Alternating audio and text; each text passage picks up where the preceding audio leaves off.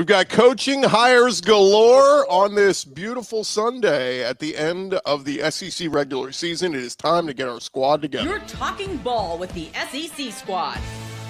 From Alabama to Tennessee, from Georgia to Oklahoma, from Auburn to Texas, it's the local experts of the Locked On Podcast Network bringing you scoops, breakdowns, and the most comprehensive preview of the upcoming SEC weekend. It's the SEC squad, and we have a seat for you. Hurt feelings and thin skin are prohibited.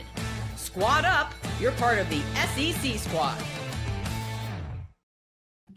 Oh, yeah, it is the SEC squad. Welcome in on this beautiful Sunday. Today's episode brought to you by Gametime. Download the Gametime app, create an account, use our code LOCKEDONCollege, get $20 off your first purchase, especially if we've got some Alabama and Georgia fans heading to Atlanta. You want to get an SEC championship game ticket?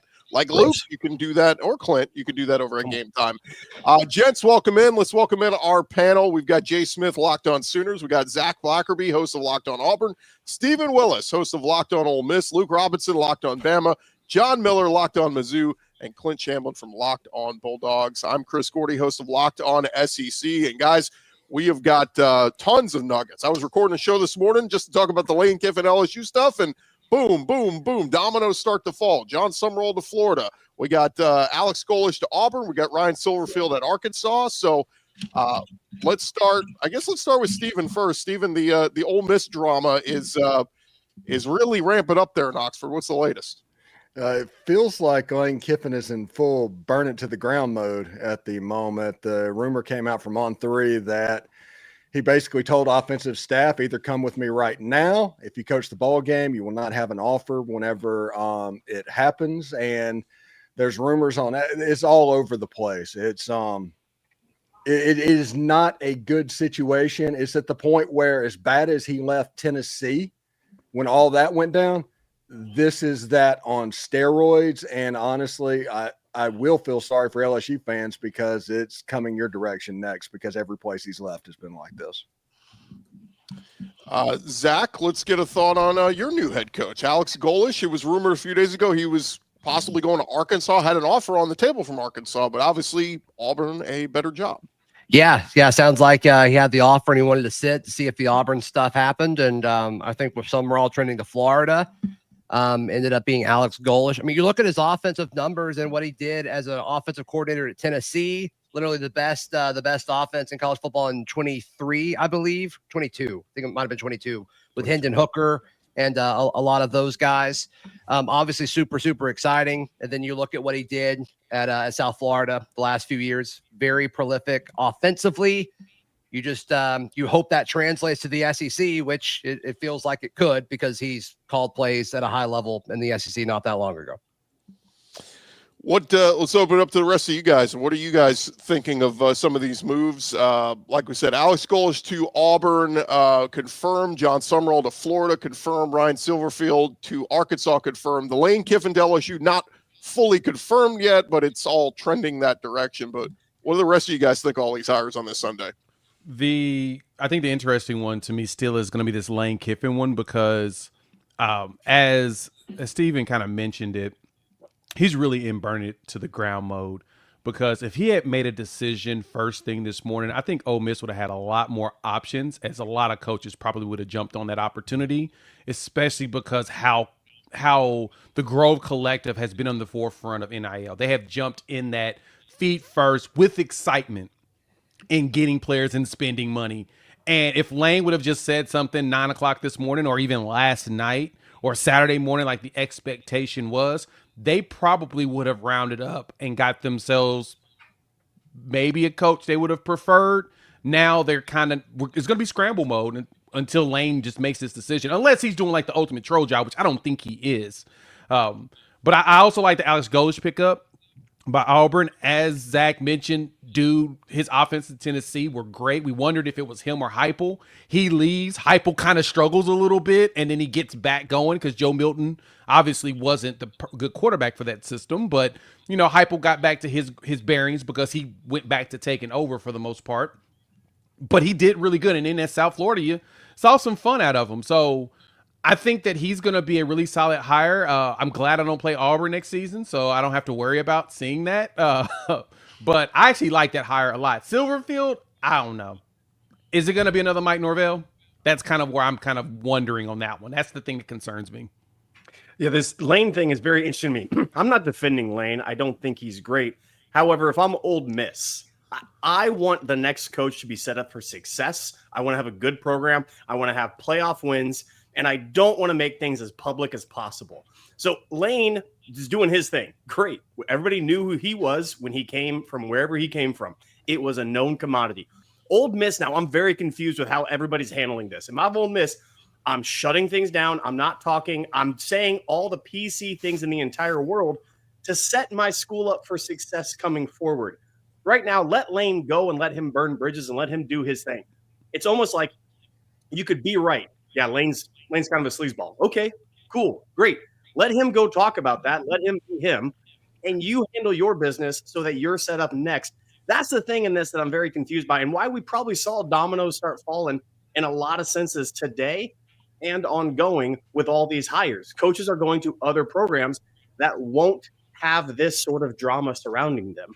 Even Auburn. I mean, I'm not taking a shot at Auburn. Well, I kind of am because I want to. But even Auburn has a good hire here in my estimation because they just went about doing their business. And this, it's just confusing to me. You can be right or you can set yourself up for success going forward. And if I'm an Ole Miss fan, I want to set myself up for success going forward and let Lane burn bridges as he's on his way out. What, Clint, when you look at that, it's the opinion, is Ole Miss good because of Lane or is Ole Miss good because of the other stuff? And the Ole Miss fans think it's because of the other stuff, the Grove Collective and all of that. And this circus sideshow is on the other side of things. Ole Miss can't just let this happen. If this was Kirby Smart and he took the job at Florida and he did all of this because he wanted to coach the biggest game in Florida's history and make a 4-hour recruiting commercial, it would upset you. I don't like the disrespect that Ole Miss got from the Jimmy Sexton agency on ESPN. That was a show on Saturday of what was going on. But yes, Ole Miss fans rightly, they're a top 5 team in the country, have the right to stick up for themselves and not just take this. I'm sorry. Ole Miss is not in the same category as other programs. That's the problem. Ole Miss fan wants to think that it's other things. Then why wasn't it before Lane? Like, that's the issue for me. If Ole Miss is in fact good enough without Lane, then let them walk. Then you're fine on your NIL and your players and everything else and the Grove Collective. You don't need them. Let him go. At this point, they have to let him go. You have to cut bait at this point. I can't even imagine. At this point, they can fire him with cause. I mean, they should. They honestly. should. I honestly Absolutely. think that they should at this point. I can't believe it's gotten to this point. I guess I'm naive with Lane Kiffin. A few weeks ago, I thought, you know what? This guy's gotten sober. He's back with his ex-wife. Seems like he's really turned the corner here.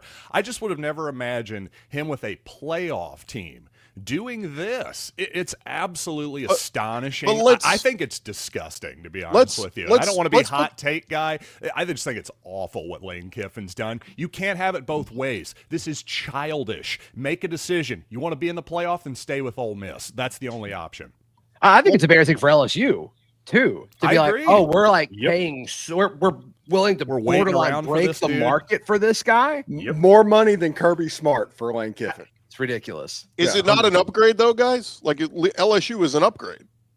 I mean, it's an upgrade in terms of a program. I think that's pretty undeniable, although right this very minute, Ole Miss is certainly in a better position than LSU. However, that's the whole thing with me. This thing got into a race for a guy who's just, in the end, not that super proven. And it's weird how – I mean, it's sort of like being the – if in recruiting world, if there's like one big hot 3-star name out there and everybody starts throwing NIL deals at him, and you're like, wait a minute, you're not even paying the dudes that are good on your team that much. What are you doing? And I feel like, look, in the end, Lane is acting childish. But, a snake, don't be mad at the snake when the snake bites you. I mean, Lane was this guy when he got there. He's going to be this guy when he leaves. He ain't going to LSU. And it's been kind of funny. Everybody's thinking he's having he's had an epiphany. He's growing up. I mean, not really. I mean, this is just who he is. And he's going to do the same thing at LSU. So while everybody is going to celebrate his going to LSU, it's going to be the talk of the town. It's a home run hire, blah, blah, blah. In about 3 years, somebody is going to, or maybe less than that, somebody's going to put out something. It's kind of weird. Does anybody else notice Lane Kiffin hadn't been at the facility for like 2 weeks? Does anybody else think that's weird? And then some other things will start filtering out, and before you know it, he'll leave them in a pile of rubble. Let me just put this out. Chris Lowe just putting this out there. Lane Kiffin has lined up most of his offensive staff to join him at LSU. So, so this becomes difficult. Like, how's Ole Miss get through a playoff? Like, if he's taking the whole offensive staff. Well, luckily, Ole Miss has like 25 analysts that they have as well, and they can coach on field.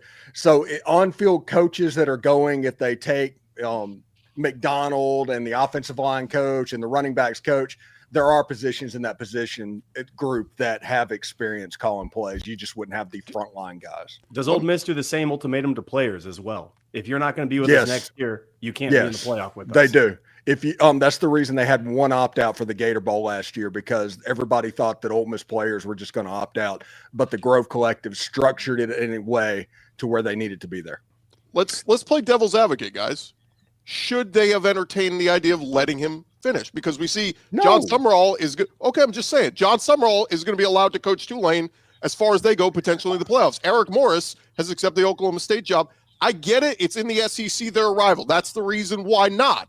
But is there a reason why they maybe could have? Because LSU was saying, we'll let Lane coach the playoff if he wants. Of course, LSU wanted him to. Should Ole Miss have entertained that, though, and try to win a championship while he's still there? No, they shouldn't. And I'm going to tell you why. Because the way that that will be done is he's basically advertising himself out there to recruits, to transfers, saying, hey, look at what I'm doing here. Anyway? Come join me. I'm LSU. He's already done that. You shouldn't give him more free marketing, free advertising. Get him out of there, get her done, and just be over with it. You should just completely break up. Like, I understand what you're saying, Gordy, because Ole Miss deserves better in this situation. Let's just put it that way. They deserve better, because I think it is very much blatantly disrespectful, but they make sense for not letting him coach it.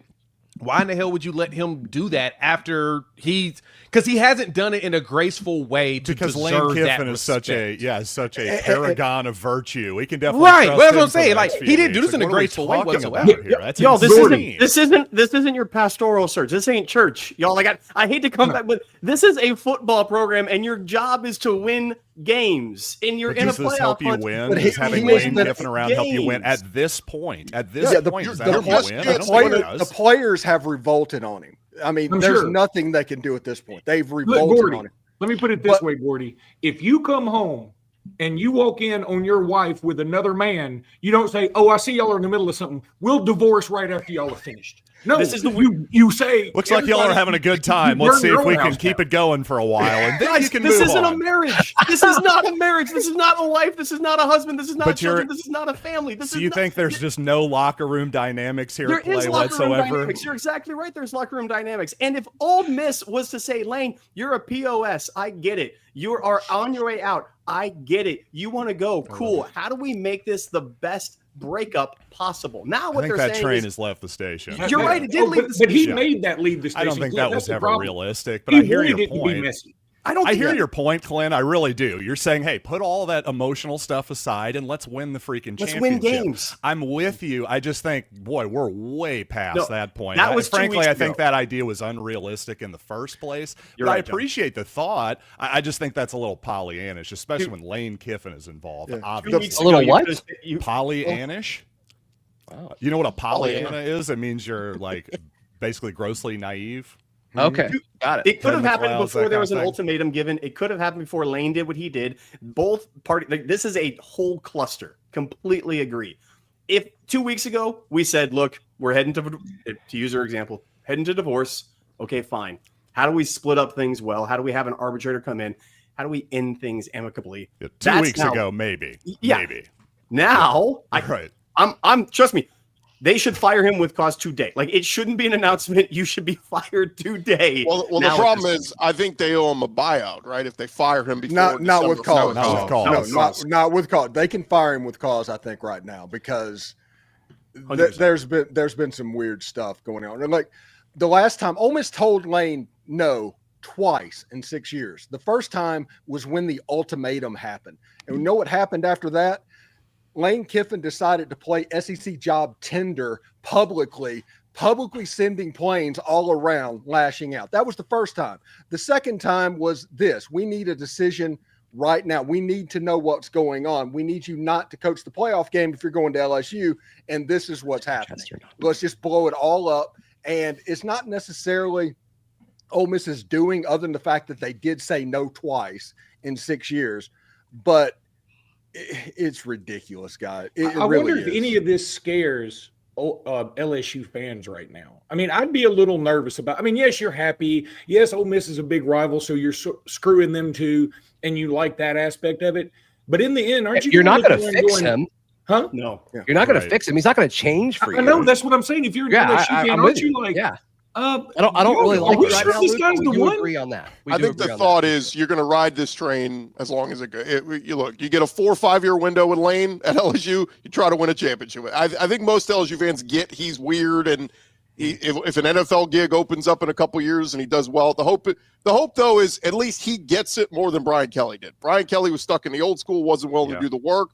Lane's willing to do the work, but yes, you have to. If you're an LSU fan, you almost have to just take what comes with him. There's nothing you can do about it. I mean, it is what it is. They're hoping that he can replicate what the other 3 of the last 4 coaches ever did there was win a championship and then eventually get fired with cause for doing something stupid. So that's what they're hoping for. Saban didn't get fired for cause. He left. I mean, Saban doesn't count. Saban was like the only good coach, though. Let me say that. The bad coaches got fired with cause where Saban went to the NFL. Which, at the same time, if Lane does the same thing, and he, like you said, if he goes to the NFL, that's actually another scenario. This is really weird. LSU, this is kind of one of their problems. LSU has had success, but this is a standard for them. They go through little windows with a coach, they win, and then they melt the whole thing down, and they do it again. This is maybe LSU. It's a perfect fit then. Yes, as weird as that is, I wouldn't want it. I hate it. It's the worst for me. I want stability in my program, but LSU and Lane Kiffin are made for each other. And to your point, LSU, if it does go bad, they can recover. They always seem to. They always seem to land on their feet one way or the other. They did have some stability. Les Miles was there decades. There was stability there with him. It just kind of ran its course at the end because he wouldn't adapt to the changes. Saban did. Saban hired Lane Kiffin, which was so out of the box for Nick Saban, but he knew he had to do it to adapt. The Ogeron thing I still say is a success because 2019 will go down as one of the greatest seasons ever. So, yes, you take the bad from Ogeron because the good was so great.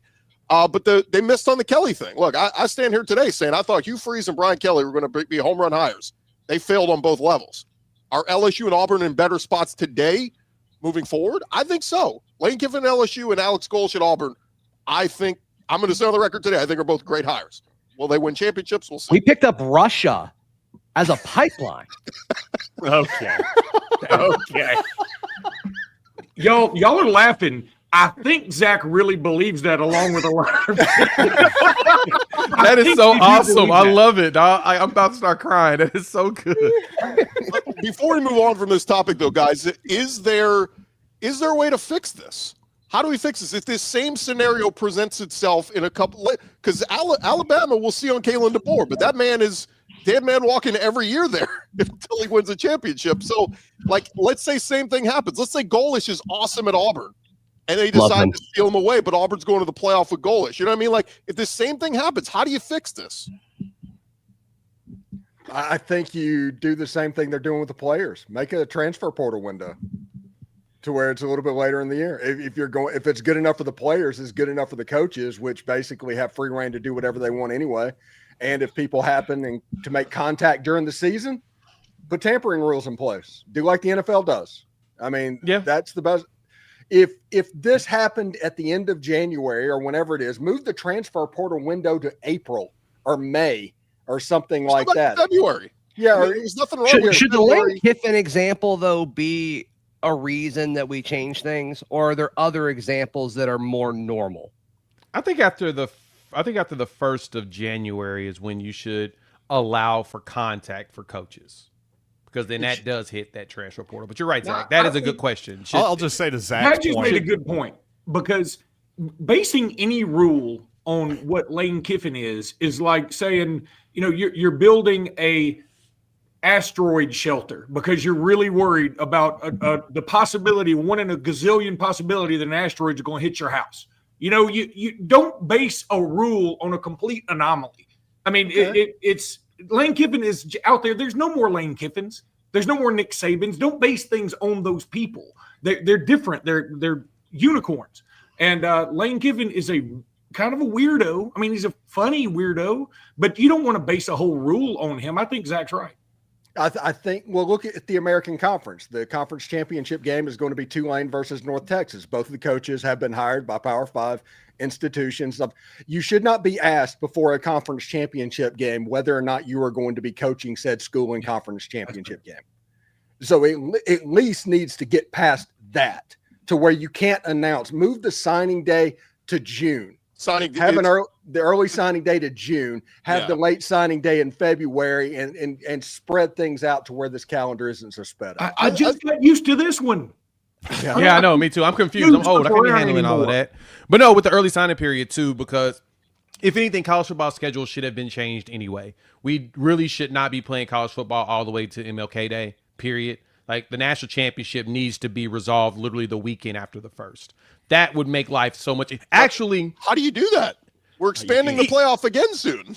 Right. That's the problem. That's where the problems lie. And logistically, I don't know how you can even make that work, but you do need to find a way to fix this schedule. We don't need to be playing games in January besides the national championship at some place. So if you play the games the weekend of the first, then great. You have the last two teams left. In that situation, those coaches most likely will not be leaving their jobs. So then, yeah, do it that right after that. Portal opens. You can do coaching situations there. All of that needs to happen right there around the first of the year. That way we can follow the school schedule like we're supposed to, at least pretend like they're student athletes since we're forcing them to go to school anyway. We're not a professional league yet, so they're forced to go to school. Pretend like it's their school involved in this and go that route. That's probably the best you can do today. But yeah, this whole schedule's screwed up regardless. There's not much you can really do today. Pisses me off. Sorry. Well, let's move on, guys, because we do want to get to some of the other coaching hires, and we'll discuss whether or not these are other coaches got hired. Yeah, it was a lot of dominoes falling this morning. We'll discuss more in just a second here on the Squad Show. And we first want to remind you guys about our friends at the Gametime app. I don't know if you guys know, but the World Cup is coming back to North America for the first time since 1994. And Gametime app, they're going to have your ticket in to get into the building. Of course, SEC championship game happening this weekend in Atlanta. They've got those tickets for Georgia and Alabama fans up there at the Gametime app. With Gametime, you can track price drops in real time. You can get alerts when great seats open. You can buy tickets the moment they hit the app. It puts the power back in your hands and makes going to even the World Cup realistic instead of impossible. Take the guesswork out of buying tickets. Every match, concert, or event with Gametime.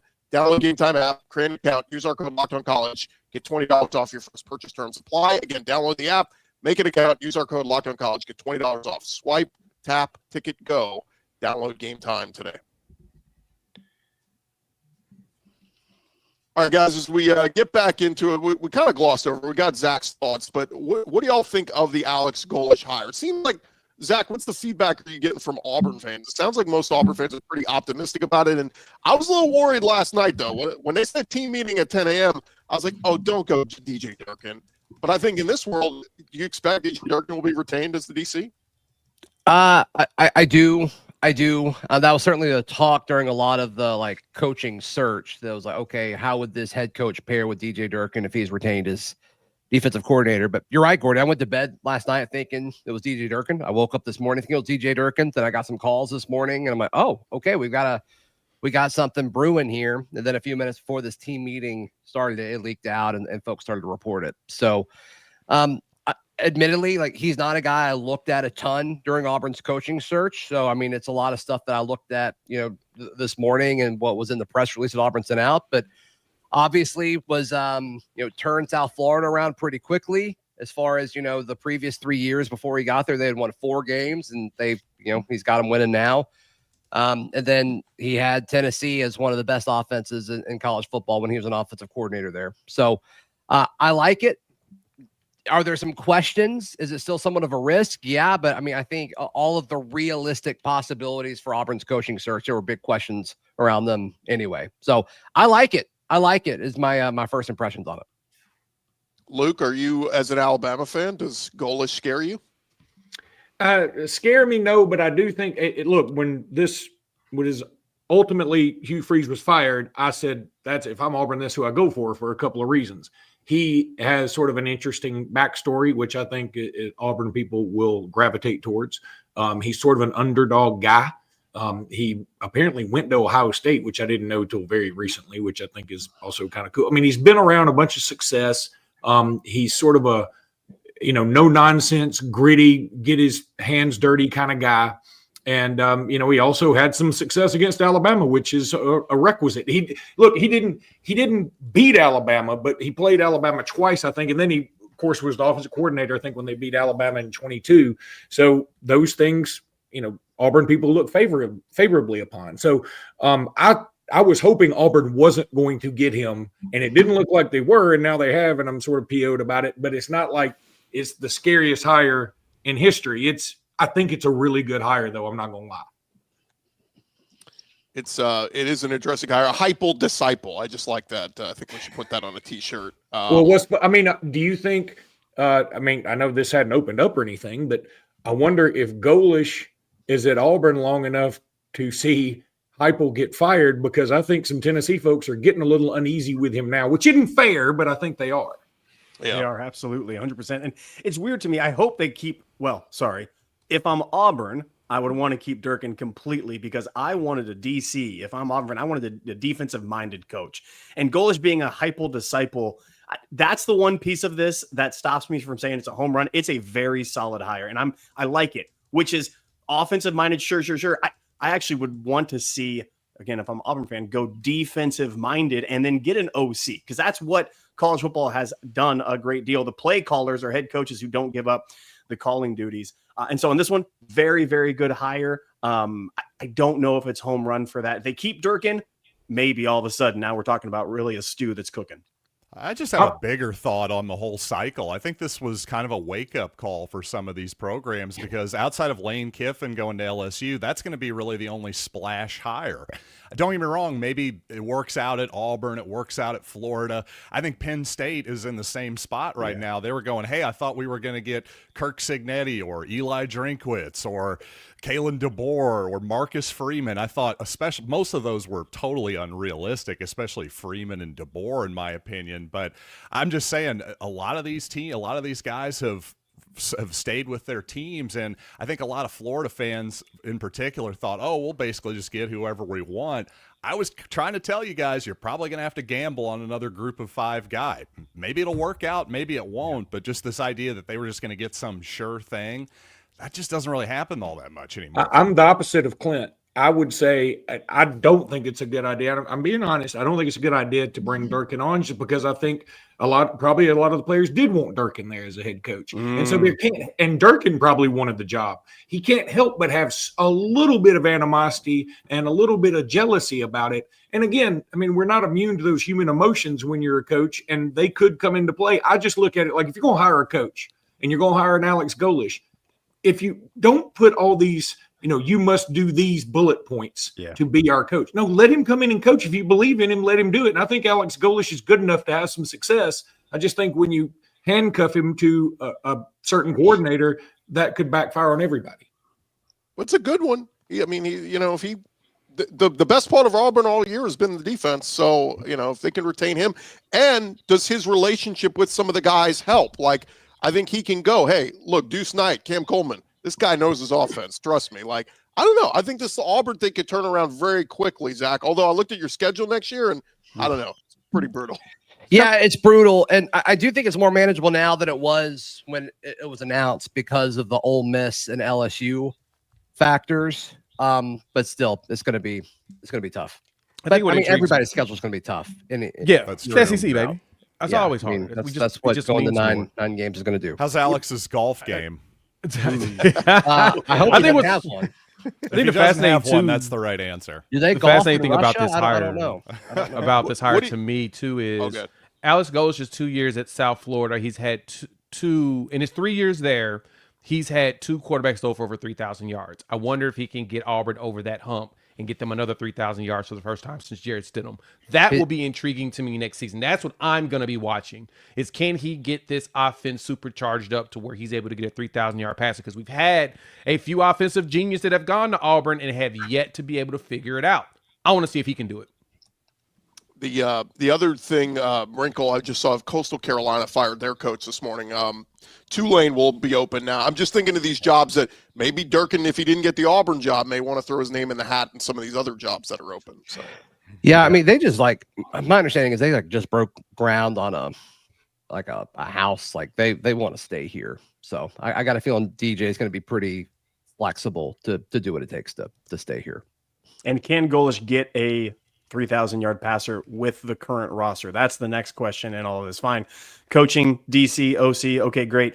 But from what I've seen of Auburn's quarterback so far, it's the same thing at Bama. When Grubbs came in this year, all of a sudden Ty Simpson, hello. Now the run game's taking a step back, but that passing game. I think Auburn's got 2 good quarterbacks on their roster. Now you got to keep them. But like I was impressed with what I saw from Ashton Daniels against Bama and against Vandy.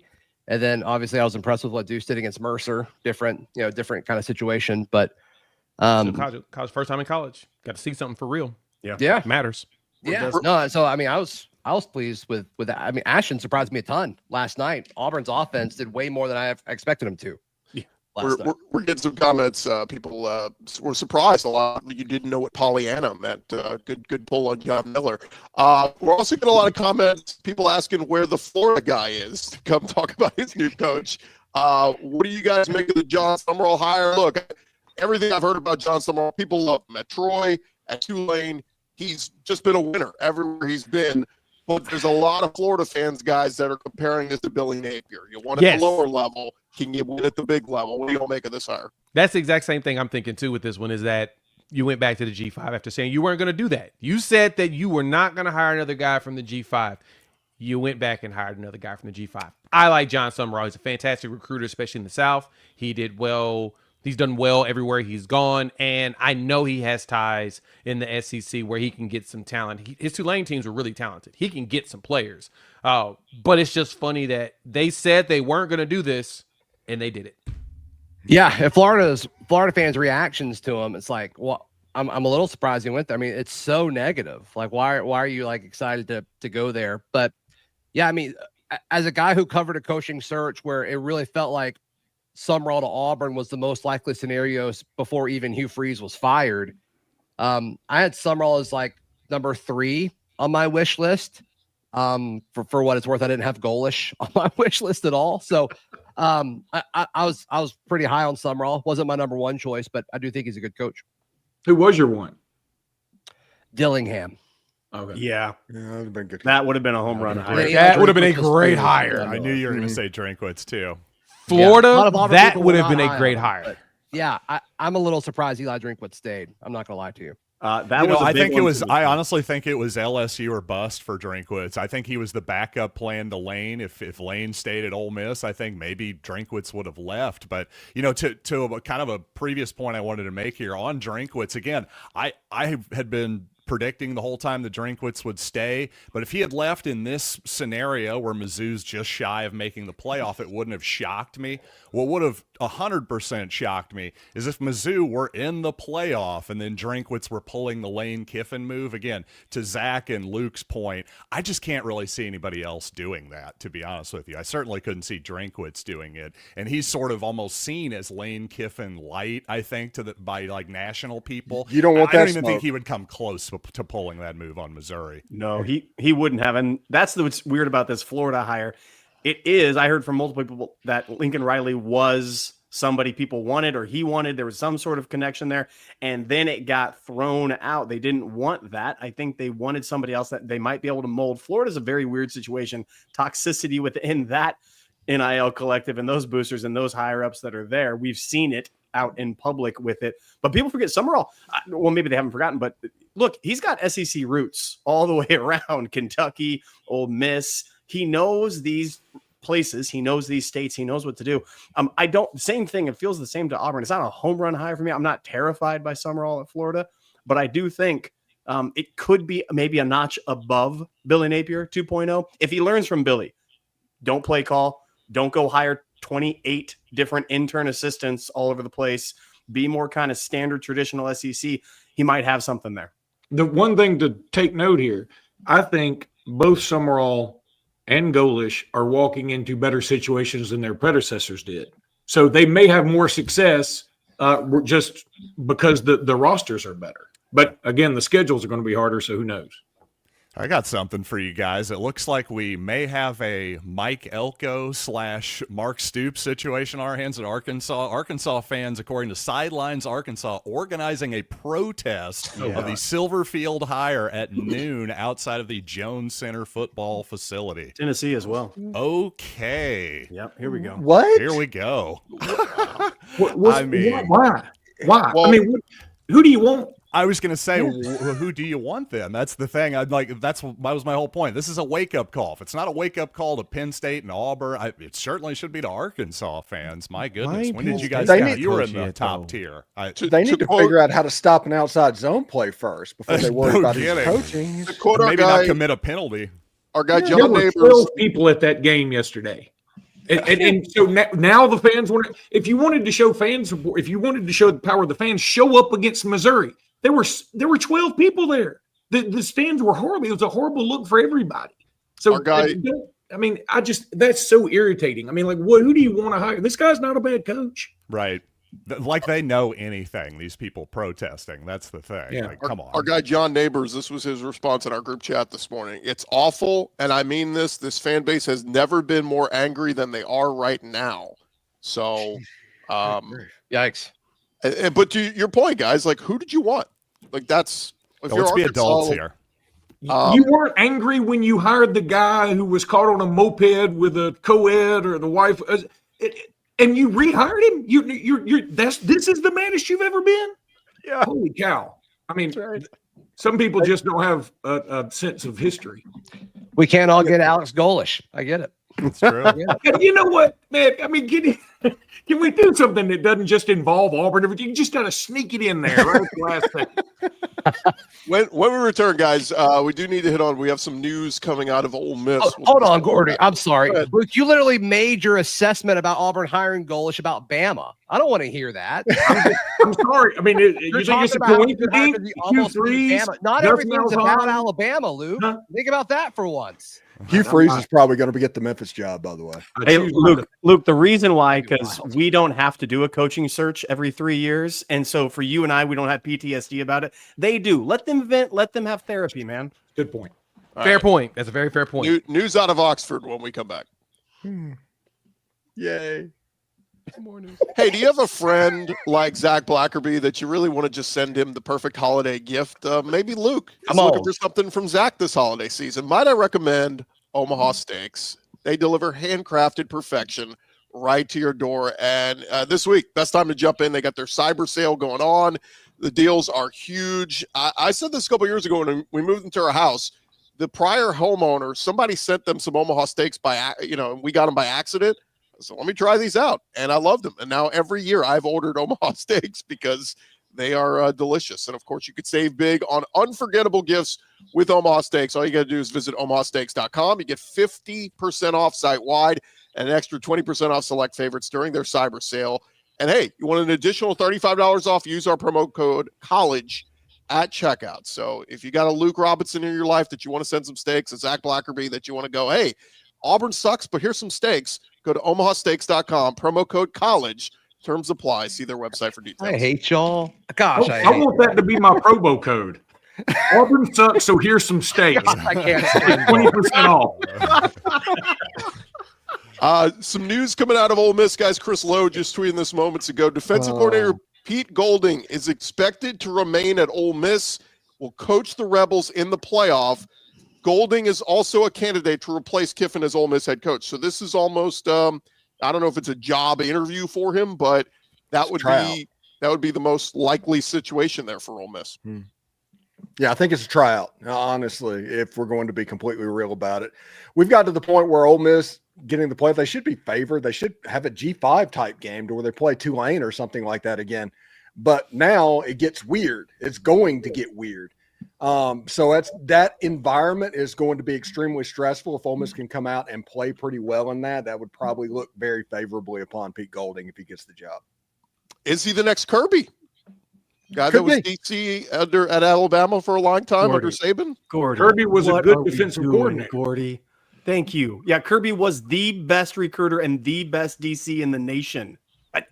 What are we doing? Let's not he's let's been a not good pull in recruiter. Georgia's logo here and try to up somebody. Don't do that. Don't do clout trolling with Georgia.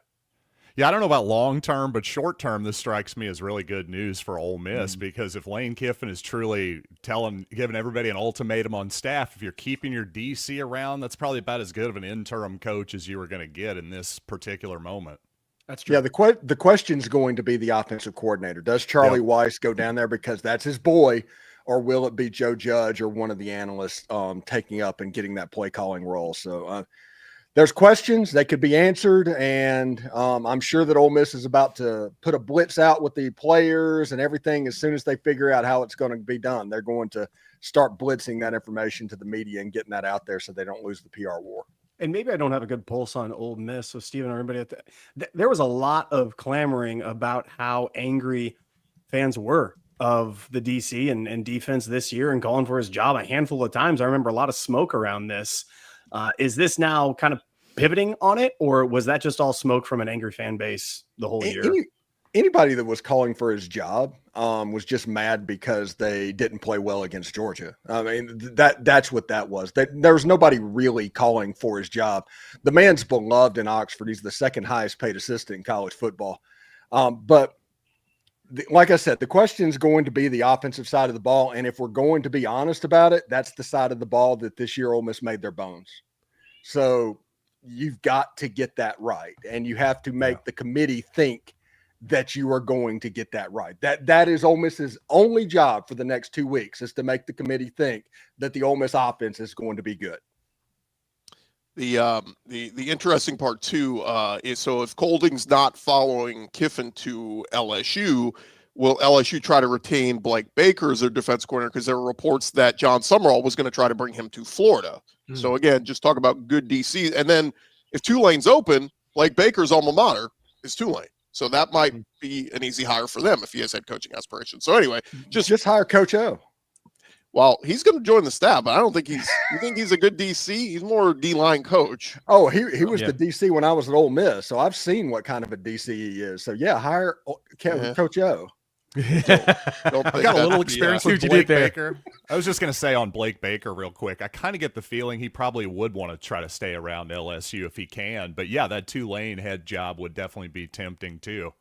And the interesting part about Golding is he's from Hammond, Louisiana, an hour up the road from Baton Rouge, his wife too. And so you would have thought he wanted to move there. But this kind of feels like the Brian Kelly thing. When Brian Kelly was coming to Baton Rouge, the reports came out, he wants Marcus Freeman to follow him. Well, Notre Dame jumped in immediately and went, no, we're hiring him as head coach. And it's worked out. Now, Marcus Freeman's been awesome, probably better than Brian Kelly. So you almost wonder, is Ole Miss in the same boat? Do they go, no, you're not taking, Golding, and then maybe Golding turns out to be the right guy for Ole Miss moving forward. We'll see. It absolutely could work out. It absolutely could. He's a bright guy. He's a really good football coach. Let's get into kind of just a quick thought on the games yesterday and Friday, guys. Obviously, Alabama, they find a way to get the win in Auburn. I think fourth straight one-score game at Auburn in the Iron Bowl, so these games are always close down there. But Alabama pulls it out. Alabama versus Georgia in the SEC championship game. And we know Alabama has owned that rivalry for some reason or another. What are we doing?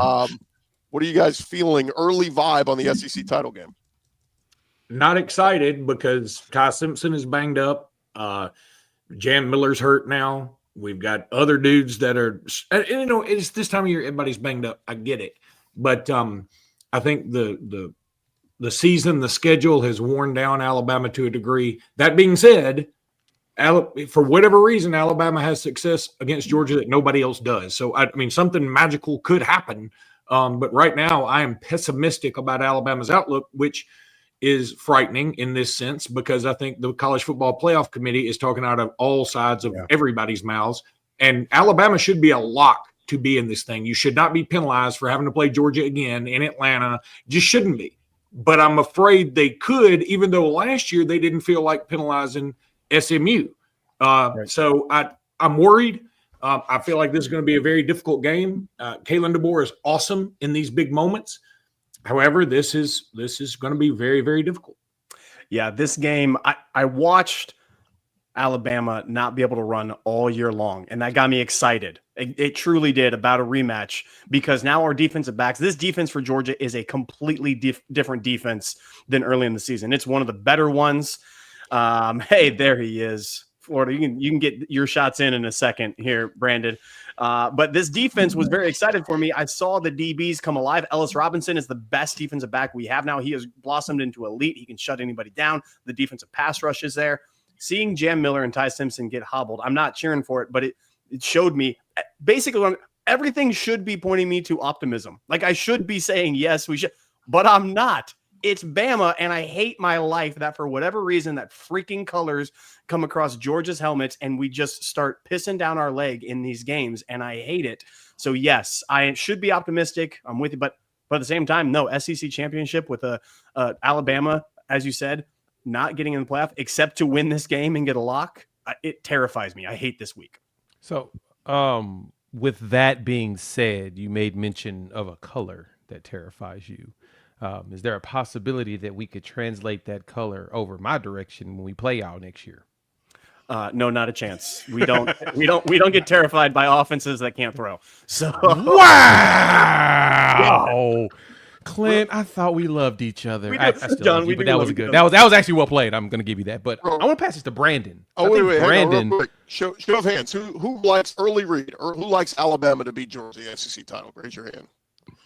Okay, so we got two. Until Georgia consistently does it, I have to take It's pretty consistent, yeah. It's DeBoer's thing. It's like DeBoer is like Kirby's kryptonite for some reason. Like, so every coach has that one coach that they just cannot freaking figure out. It just irks them.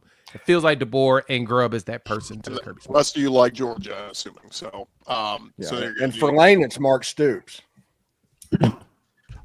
We just got a late add to our show here. Our buddy Brandon Olson, Locked on Gators. Brandon, you in the chat. I mean, everybody was like, "Where's the Florida guy? Bring the Florida guy in." So we'll pose the question to you, Jon Sumrall: is he the next Urban Meyer, or is he the next Billy Napier? I don't think he's the next Billy Napier. I'll say that, because I will also pose the question to anybody that does say he's the next Billy Napier. Outside of coaching in the G5 in the state of Louisiana, please tell me how, because there are really not similarities like that. But it's fun. Like, I get it. It's fun to be mad about it. I think that the fan base would have been pissed if it was anybody not named Lane Kiffin. I think that's really what it comes down to. That's a fair point. Because that's what so many of us, for the whole month that Florida was pursuing him, so many of us were like, all right, well, Florida's in this at least. And then, the final 2 weeks, a lot of the fan base was like, oh, it might actually be happening here. Guess not. But then you end up with Jon Sumrall. And I think that for a lot of people, that's not the name that you had really sold yourself on. And so the fan base is going to be really mad. And that's fine. That is what it is. I will say this. Everybody I've spoken to acknowledges Jon Sumrall is a hell of a coach. I know that he's a much better in-game football coach than Billy Napier. I can say that confidently. Brandon, why didn't this is very curious to me. Why didn't Florida go after Alex Golesh and then Auburn get Sumrall? That makes so much more sense to me. I mean, he's right there. He's doing a good thing. Now, I will say Kevin Skarbinski just put a tweet out and said, so Auburn football hired a coach in Alex Golesh, who in 3 years at South Florida finished 5th, 6th, and 4th in the American with one of the best budgets and went 2 of 4 against ranked opponents and lost to UAB and Trent Dilfer. All that being said, I think Alex Golesh is a good hire, and I thought he would have been great at Florida, and it makes sense there, and I think Sumrall made sense at Auburn. I just don't understand why those two things didn't happen. I think that Alex Golesh might have been Alex Golesh to Auburn with, I'm assuming, DJ Durkin as defensive coordinator still. That's the assumption. Nothing's official yet. Yeah, that's the assumption I'm going to make. If that's the case, then that's as close to a home run hire as I think you're getting out of the G5, to be honest. Pairing Golesh with a great DC. So you would have rather had him too? I had them both in. I had I just put tiers. They're both in tier 2 for me. So I would have been happy with anybody in tier 2. I think that when it came to the G5 approach for Florida's perspective, at least, I was very simple. If you want a defensive minded guy, go Sumrall. If you want an offensive minded guy, go Golesh. I'm happy with both. I think Sumrall's a bit riskier. Generally, I think defensive-minded head coaches, when they're making that jump, are a little bit riskier. Especially if you nail the OC hire, then you're going to have to replace an OC, and I feel like we've very often seen, every 2 years. I feel like we've very often seen a defensive-minded head coach. Like once you screw that OC hire, it's tough to win games, keep your job that way. Especially because the product on field is not going to be great. But we'll see. I think for Sumrall, I have to reserve everything until I know what the coordinators are going to be. That's it. It's really that. Like he's going to live or die with offensive coordinators or with his coordinators. And so I'm going to bank on that. Again, from what I've been told, he's well respected. I know he's a good football coach on field. We'll see what he does recruiting wise. We'll see what he does, all that. My biggest concern is honestly just booster buy-in, fan base buy-in, with it not being Lane Kiffin. Because with Lane Kiffin, Florida was prepared to make him, the highest paid coach with a ton of investment and a ton of all that. And as fun as it would be to just go, okay, well, they were going to give that money to Florida no matter what, depending on, regardless of who the hires. That's not how things work. And so for me, it's much more concerning about, are you now expecting the coach that a lot of the fans and boosters think is worse than Lane to reach the same expectations while you're also giving him fewer resources? And I think that's a tough sell. I got an OC for you, Brandon. Bobby Petrino. You want him? It's available. I'm reporting you to HR. He's an OG, not an OC. It did get me thinking, though, does Hugh Freeze surface somewhere? Does Brian Kelly surface somewhere? There's, maybe as a coordinator, not a head coach. Hugh Freeze feels done to me. He's angling for the Memphis job. If it comes open, he wants to be at the front of the line. I mean, it is open, but that's they're revolting at the moment. So fair. Sure. He made another Shiano situation may happen. That's true. There's an empty Winn-Dixie somewhere that Hugh Freeze is about to turn into one of those new mega churches. You can bank on that. Maybe you get some poaching too. Maybe Kirby Moore gets poached by Florida. I don't know. I'm just thinking outside the box here. Moore? Seriously? You can have him. I'm just putting some names out there of guys that could be poached. I did see two names that people floated out there because I said, where does Ole Miss go next? Obviously, Pete Golding maybe going to get a chance here to show, but a lot of people are high on Oregon's OC Will Stein. That name keeps getting floated out there for. I'll say, can someone make a valid case for why he would come to an SEC? Like Florida fans want to keep throwing his name out there. They go, just make him the highest paid OC. Why would a guy who's one more year away from a head coaching job relocate, go to a school where he's got to teach a whole new, where he has to teach all these players his new offense when he can just get great resources and investment at Oregon against a harder schedule too? Yeah, and Dante supposedly going back to school too. Why would you leave that? Yeah. I'd say the only angle that would work there is that he's 36 years old and he's looking for another challenge, like a big challenge. He's really trying to prove himself that he really is that dude. That's probably the only reason why you can make the argument for that. But I don't see it either. It doesn't make any sense to leave if you're gonna the Big Ten right now without taking a head coaching job. You're gonna get a head coaching job in the P4. Why leave if you don't have to? One more thing here, guys. We just got a couple of minutes left. How many SEC teams are locks for the playoff at this point? Some people have brought up the idea that if Bama loses in the SEC title game, it's a third loss, but do you keep them out if they're playing for an SEC title? So that debate's in there. I think OU got it. They're in with the win over LSU, although, Jay, I think everybody's begging to get a matchup against Oklahoma in the playoff because, by God, Mateer stinks right now. I really want it to. I desperately want to see teams really try to do something on this defense. I want it because that's literally the shit talk that we hear all the time is, oh, your offense is terrible, not doing anything, blah, blah, blah. Cool. You're right because they have been awful. They've been abysmal. But I ain't seen anybody really be able to do anything on this defense yet. Like, really do something to this defense. So until someone can really show me that, I'm good. Now, Ole Miss doesn't count. Lane Kiffin, we don't give him props. I was just about to pull up stats and be like, no, we don't give him props in here, Clint. Don't you do that. I'm sorry. Don't you do it. All right, my bad. But no, seriously, that's kind of what I'm intrigued by to see, especially now when the weather gets bad, we're probably going to be screwed. But I am very intrigued by some because we've played against, I think it was the entire month of November, we went against 3 top 20 defenses and then Tennessee's top 50. So we've played against some really good defenses. Like, we're not playing against scrubs. And I mentioned this even going into the season, that the one thing I was waiting to see from Mateer is how's he going to adjust to the SEC at the beginning. It's going to take him some time. It's going to take some time for Arbuckle because you're going to have to do it differently. These DCs are really good. And most of the defenses in the SEC have been looking really good. I mean, all the way around, even bad teams, defenses have been looking solid except for like Kentucky and, well, except for in one game, but and Mississippi State, well, except for like in 2 of their games. But Florida's defense has been really good. Despite the offense not being able to do anything, LSU's defense has been good. Ole Miss has been solid on defense. Missouri's been fantastic. Georgia, of course, is always Georgia. Bama's been good. Tennessee have their moments. They started to fall apart, but these are good defenses. I just had to wait and see if he can adjust. And post-injury, he's been looking like poo in his brain. So, but I want to see somebody else play against our defense. That's what I'm intrigued by. Real quick, we do have some breaking news. Pete Nako's putting us out there. Florida is hiring former Jaguars GM David Caldwell to be the Gators' new general manager. He's currently an executive with the Philadelphia Eagles. So this is kind of that new trend of like GMs in college. We're going to get GMs from the NFL to come run a salary cap. It's kind of an interesting move. GMs are becoming GMs in college. Yeah, it's what it is.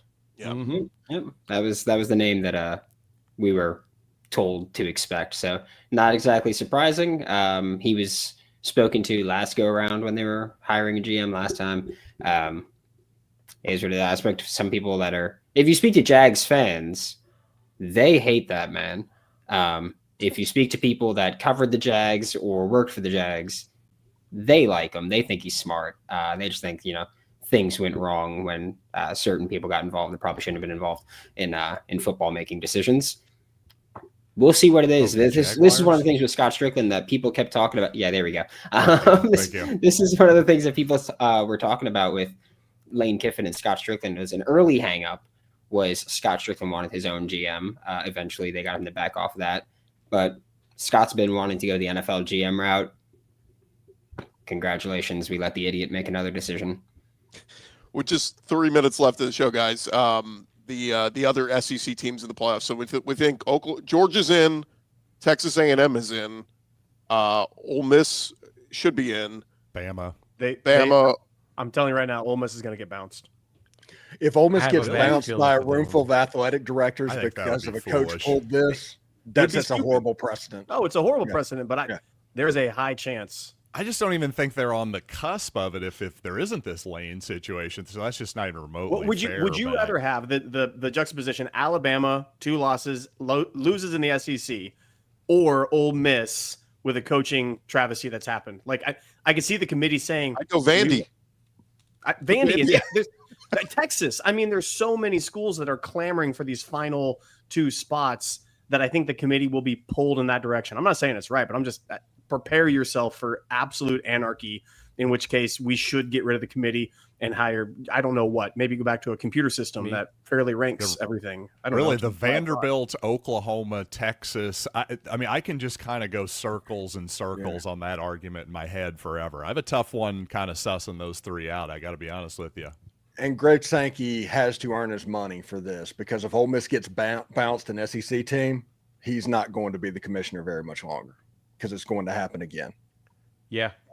It's going to be fascinating. And the Texas thing is tough. I mean, look, everybody brings up the loss to Florida, but did I see the stat? They're the first team since 2019 LSU to have 3 top 10 wins. Like, we got to, like, again, I'm not saying Texas deserves to be in, but I'm saying this is what the committee needs to have, discussions. We become so desensitized to, well, if you win your games, you're in. Okay, but what if the games you played aren't as good as the teams that the other teams played? If you only get 3-8 Florida, you're in. I was told looking at the strength of defensive metrics was lazy, though, and shouldn't be the case when you do that. You should only go wins on the field and not have context around who you play. Yeah, it's so stupid. And I'm with you, Clint. I almost want to go back to the computers. Let the computer. Because this room of people, they go, 11 is more than 10. You get in. Like, who'd you play? Like, you can't just, it's got to be a part of the discussion. Indiana got in last year. They didn't beat a top 25 team all year. They played Ohio State and they lost to them. To me, I just feel like you got to give credit to teams that are scheduling or playing tough opponents. Give them credit as opposed to people who are scheduling cupcakes and running through an easy schedule. Agreed. Everybody was making fun of automatic qualifiers 4 months ago. They're being pretty quiet right now. Yeah. And by the way, go look at who Indiana's played the last 6 weeks. It's embarrassing. Go look at who A&M has played all year.